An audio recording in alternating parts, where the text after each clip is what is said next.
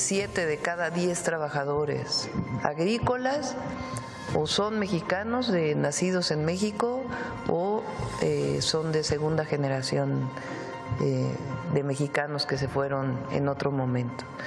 Es decir, no comería Estados Unidos si no fuera por las y los trabajadores del campo mexicanos.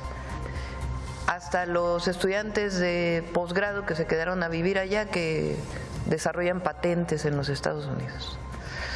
Eso siempre lo vamos a defender, siempre lo vamos a mantener y siempre vamos a insistir que la mejor manera de atender la migración es atendiendo las causas. Vamos a hablar ya con los gobernadores de la frontera, porque si se llegan a dar estas deportaciones, nosotros tenemos que recibir bien a nuestros connacionales.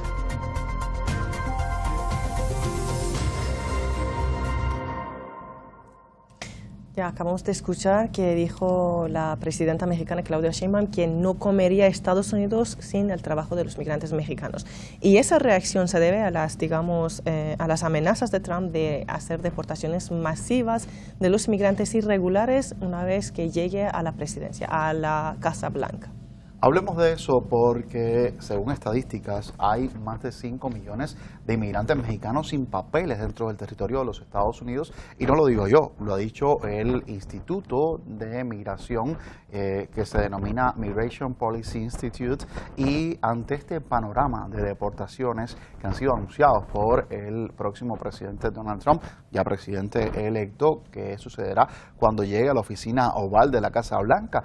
¿Qué acciones tiene planificado el gobierno de México para poder hacer frente a esta realidad? Ya Sheinbaum decía, vamos a recibir bien a nuestros connacionales, pero ¿de qué manera? Sí, eso es uno de los planes que está preparando el gobierno de México. Bueno, la presidenta ha anunciado que las autoridades deben ya estar preparadas para este escenario de cualquier posibilidad de que haya una deportación masiva de los migrantes mexicanos. No solamente mexicanos, porque van a devolver a muchos de los que no son de esa nacionalidad, pero a este país, a México. Y como ha anunciado la misma presidenta, se están preparando en dos aspectos para ese posible escenario. Primero, fortalecimiento de los consulados mexicanos en todo Estados Unidos. Esto para que puedan mejorar los servicios consulares y así proteger a los connacionales mexicanos que viven ahí, que todavía no han recibido, por ejemplo, la ciudadanía de Estados Unidos. Y el segundo plan, como acaba de decir la presidenta mexicana, sería plan de recepción y reintegración en México. O sea, que ahora Sheinbaum, según la misma presidenta, la secretaria de Gobernación coordina un plan con gobernadores de los estados fronterizos con Estados Unidos para garantizar una recepción digna de los mexicanos que son deportados a México. Bueno, desde ahora, como ha anunciado también la presidenta, desde ahora mismo también se está trabajando con la Cancillería de México para llevar adelante todos esos planes.